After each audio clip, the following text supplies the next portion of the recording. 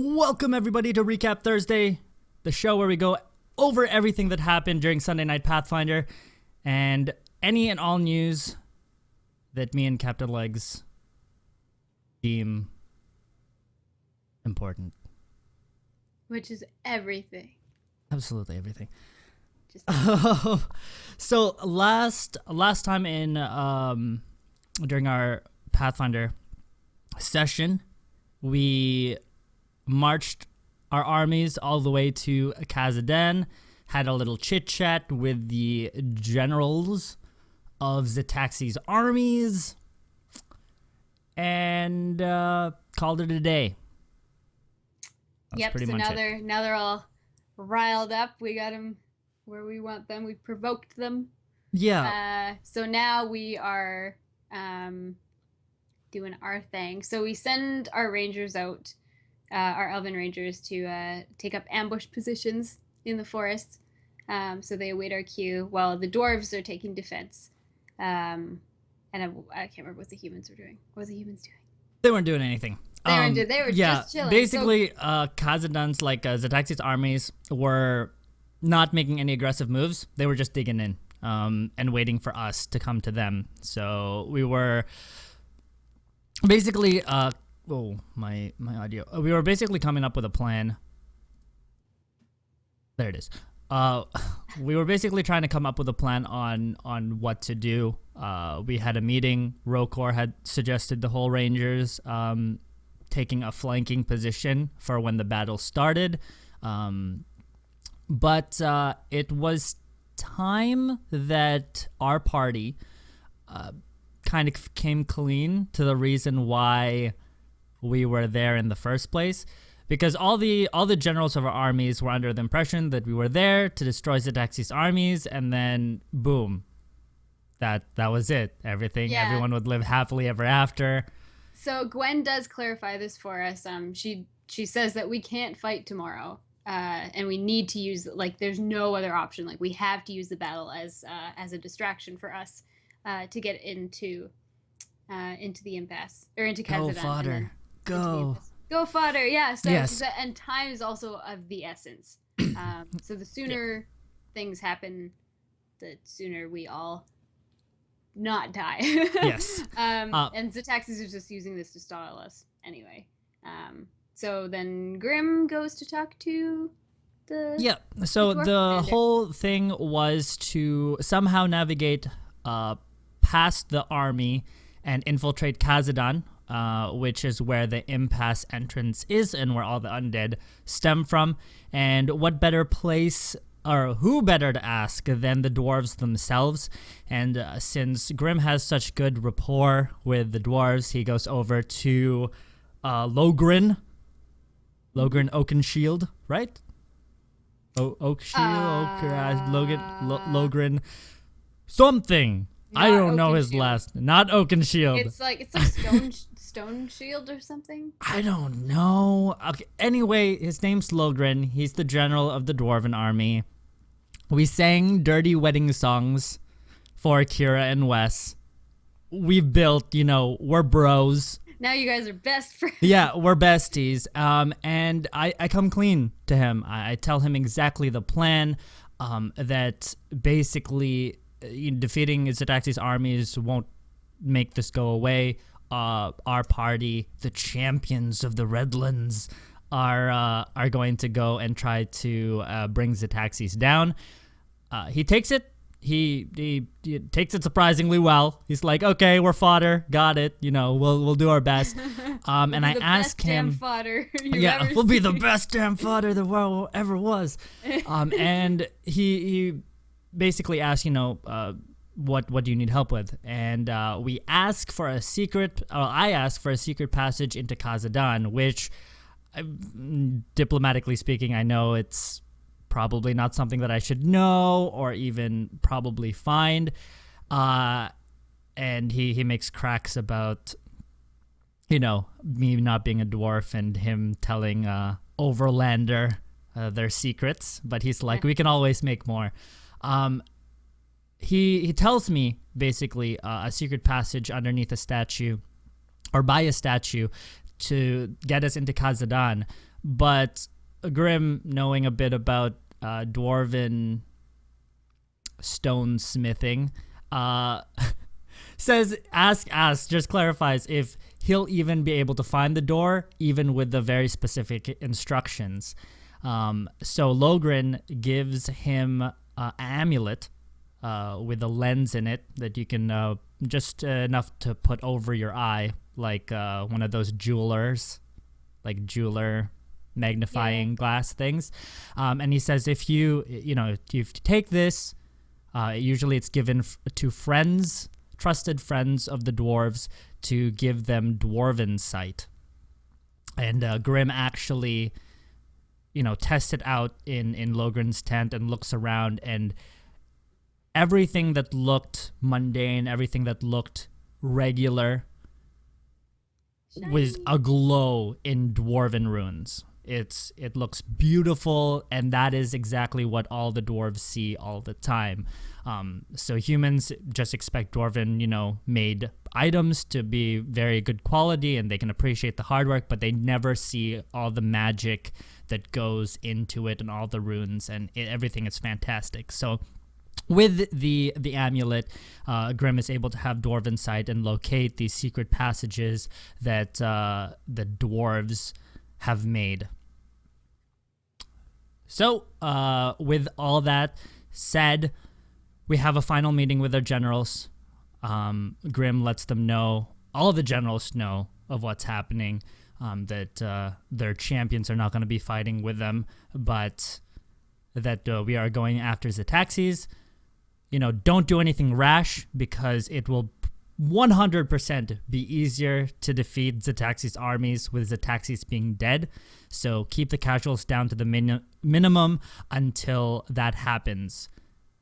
On the third day, look to the west. No, or east, or whatever it was. But yes, no, and we the next morning we set out as our armies march towards battle. Yeah. You want to take that up? I feel like I have a blank, because my next note from Grim comes back and fills us in. Yes. About the little jewelers thing. My next note is that we enter Khazad-dûm. So after, okay. Yeah. So keep going. Yeah. For sure. I got it. Don't even worry about it. So our armies march out and clash with Zetaxes' armies. We end up doing a whole Lord of the Rings switch. So the fight was going on, and we are traveling as well towards the statue and the entrance that Logrin gave us. Armies do pretty well. Rangers do some work. Your Rangers do some work. They do tons of damage. After I collect myself. Yeah. Basically, while all that is happening, we can just leave the armies, because we didn't actually conclude that fight. No, we didn't. The party. Okay. Yeah, we took a picture of it. Don't worry. We need to do some stuff. How it was. Yeah. Yeah. So the party arrives at a great big monument of a very famous dwarven hero, and Grim puts the amulet up to his face, to his eye, and locates the runes that tell of a secret passageway not too far from there, and they follow the instructions, and it looks like there's nothing there, but Grim, with the dwarven sight, is able to clearly mark out the passage, and he just disappears from sight. It's a little bit of trickery of the eye, and once the party is able to see past the illusion, they are able to enter Khazad-dûm. Once they do, now I can talk. You can. I have notes now. There you go. So yeah, once they do, Tommen is suddenly a character in this. So Thomas brings out his staff that he's been holding on to, his creepy undead illusion staff, and it's basically just this big umbrella that makes us all. Ella, a, Yeah, so as long a. as we're within like 20 feet of him or something. Yep. Yeah, then we look dead. Not only that, there's a little extra. Read all about it. It won't fool it will. No, it won't fool intelligent undead. But So like commanders and stuff, but mindless undead will completely ignore us. you got it. Yeah. Yeah. So we can walk right by and they won't even bat an eye, if they have any eyes left. But yeah, intelligent guys. So like generals, commanders, they will think something's kind of fishy. Thomas always rocks out with a full staff. You Hey, don't even yeah. need to worry about it. Yeah, no, never half staff. So we start to feel nauseated after a few hours, and I guess like it's kind of like really taking effects, and we're like, hey, we're actually like kind of dead, and it doesn't feel very good. So we should probably get this done pretty quickly. So we're walking through we walk through Kazadan and we emerge in the impasse after bypassing all of the undead. And it's barren. The impasse is completely barren. I mean, like you wouldn't really expect it to be lush and pretty. Oh no, it was totally, It's- filled with greenery and Yeah. just, little mermaids singing in a pond, and it's just It's incredibly disgusting and dry and barren. It's a wasteland, pretty much. Yeah, so There's we passed except- the impasse, and it's actually called the Land of the Dead. I don't know if you. Okay, yeah, sorry. I didn't my write that bad. down. No. Yeah. Yeah. Oh, okay, yeah. And so the only thing that we can see, that actually like stands out to us is this big pyramid structure. Zetaxis really likes pyramids. He does, yeah. So we head towards it, and That can't possibly where we need to go, and so Rokor detours. And no, just kidding. No, Yeah. no. Yeah, we know we- it's like that's the only thing that could possibly be it. So we. Yeah, one of the interesting things that dawns. I'm gonna do this a little stylistically. That dawns on the group is that the impasse has been called the impasse for as long as anybody remembers, because you could not pass. And that's why the dwarves were trying for hundreds and thousands of years to dig around, dig under, dig over, and make their way through the impasse, and they just gave up and built a city on it, which was Kazadan. Now, it dawns on the group that Zetaxis' army is all undead, and all the dead are piling out from the Land of the Dead, as it has been so named, through the impasse into the continent. Which begs the question, where are all these dead bodies coming from? So there's a little bit of a realization, especially this was big for Grimm, because he's been trying to scrounge around in the history. Like he knows knowledge history. He knows the history of the Redlands, basically the entire continent, and even stuff about the Old Kingdom, which was this great expanse of a kingdom that ruled the entire continent. Everything that was Alakir, everything that was Redlands, everything was Kaldor, Kaldar.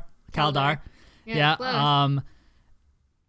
Everything was under the Eternal Empire, and that was thousands of years ago. And even then, during that empire, they were never able to get through the impasse. So where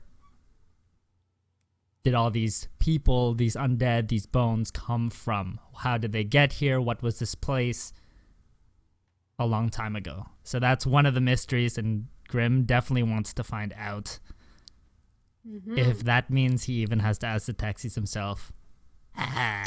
So, where you get all these? Where you get all your guys friends? from? Yeah. Where you get all your friends? Yeah. They've been here long? They come here often? Yeah. How long have you known each other? Millennium. Okay, the taxis. Yeah, so that's like we went back to the army battle. Yeah, and we did stuff. We did good stuff. It was good stuff. Offensive, defensive walls, some nice horsemen charging, some nice ranger kiting. It was fantastic. We look boss, or they look boss. You know, Rhea's looking all beautiful on top of her steed. She's getting annoyed by her sergeant because he starts commentating about the entire battle. Yeah, she's like, you know, shut up. It's just whatever. But we reach the doors of this ziggurat, this pyramid, and Grimm looks back at the entire party, and says, "Well, we're not much for what did he say? We're not much for discretion." I think that's what he said. Yeah. Subtlety. Like subtlety. We're not one for subtlety. Yeah. Yeah. Which Wes gives a big smile to that, and Rokar grunts his appreciation. And Grimm pushes on the doors. They open without resistance, and they enter the entrance hall, which is tiled in the blackest of obsidian. Good. Say hi. Oh my goodness. Cat break. Cat break. This is Scooter. This is my Scoot. Oh my goodness, you are fatter than I remember you. She's a big kitty. Yeah. So cuddly. That purring. Can you? Oh, you can it's hear her great. purring. Oh, absolutely. She is purring with vigor. Yeah, she only has one volume, and it's 11 You gonna sit down? Out of 5. out of 5. Yeah, Sit your ass down. or just chill. So yeah, obsidian. Yes, it's tiled in the blackest of obsidian because orange is not the new black for No. taxis. Black is the new black. And at the far end of the hall are some figures that are kneeling. And they are serpent folk. Yeah, serpent folk. Oh, Yeah. right back to the beginning. Yeah, so we fight them. And Wes gets to chill for the entire battle because he gets held by a pesky magic caster. And I'm trying to recap this. Gwen I didn't write is this down. badass. Gwen was on shot fire. him up. Yeah, she had her guns. The only guns in the Pathfinder universe. Yeah, well, they're rare. Yeah. They're not unheard of. They're definitely, I think, Grim. Whatchamacallit, Jeff said they're more common in the East. Don't sit there. I think I just now realized this. Yeah. What? Yeah, they're more prevalent in the East because gunpowder was invented in China, and so Right. the East got it. So yeah, it's not unheard of, but it is they are very exceedingly rare here, like in the Redlands and whatnot. Yeah, and so Gwen is a badass. She one-shots the wizard. She does a crap ton of damage to the priest. She's an overall baller. Rokar has a really weird interchange, or like this almost conversation with the guy he was fighting. There was another great sword wielder. And so obviously Rokor, goes and dukes this guy because Rokor's he like, must be the "Mine's only. Yeah, they have one of those.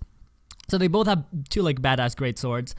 Rokor ends up breaking the guy's great sword, just sunders it, and then that guy, now without Wembid, manages to steal Rokor's weapon.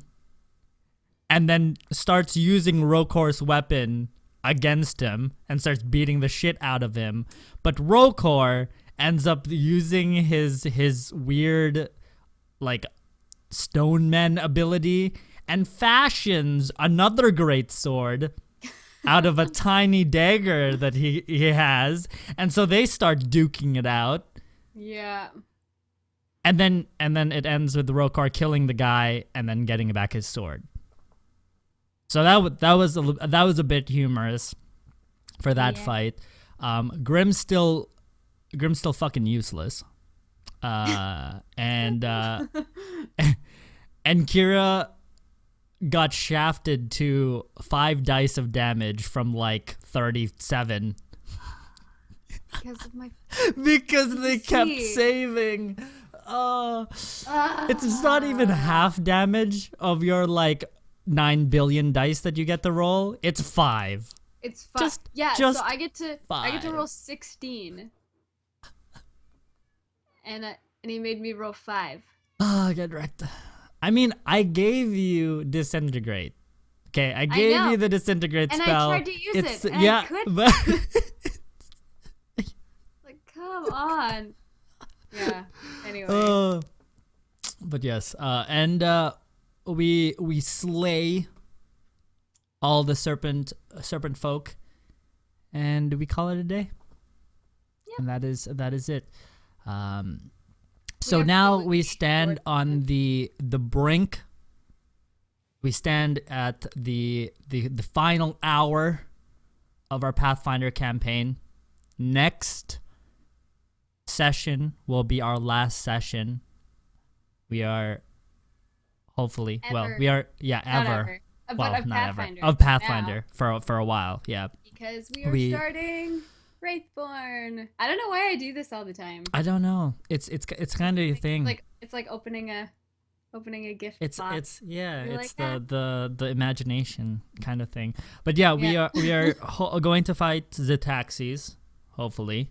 We are going to clean up, wrap it up. Hopefully everything. Win. We're gonna not die. Hopefully. We do have some work to do. It needs to be really, really epic.